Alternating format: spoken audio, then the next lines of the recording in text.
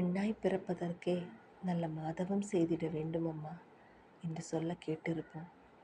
மானுடா, என்றாவது பெண்ணின் மனம் உணர வழி புரிந்தாயா? என்றோ கிடைத்துவிட்டது இந்திய மக்களுக்கு விடுதலை. ஆனால் இன்னும் ஏனோ பெண்ணுக்கு கிடைக்கவில்லை விடுதலை. வீட்டில் உள்ள பெண் அவள் மனம் நுகர சுற்றித் திரிய நாம் அனுமதித்தோமா? இல்லை.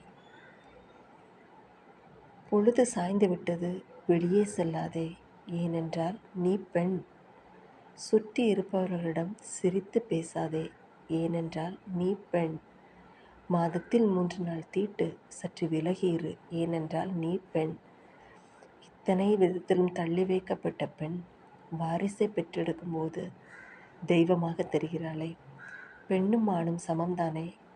எதில் வேறுபாடு கண்டுபிடித்தோம் நாம்?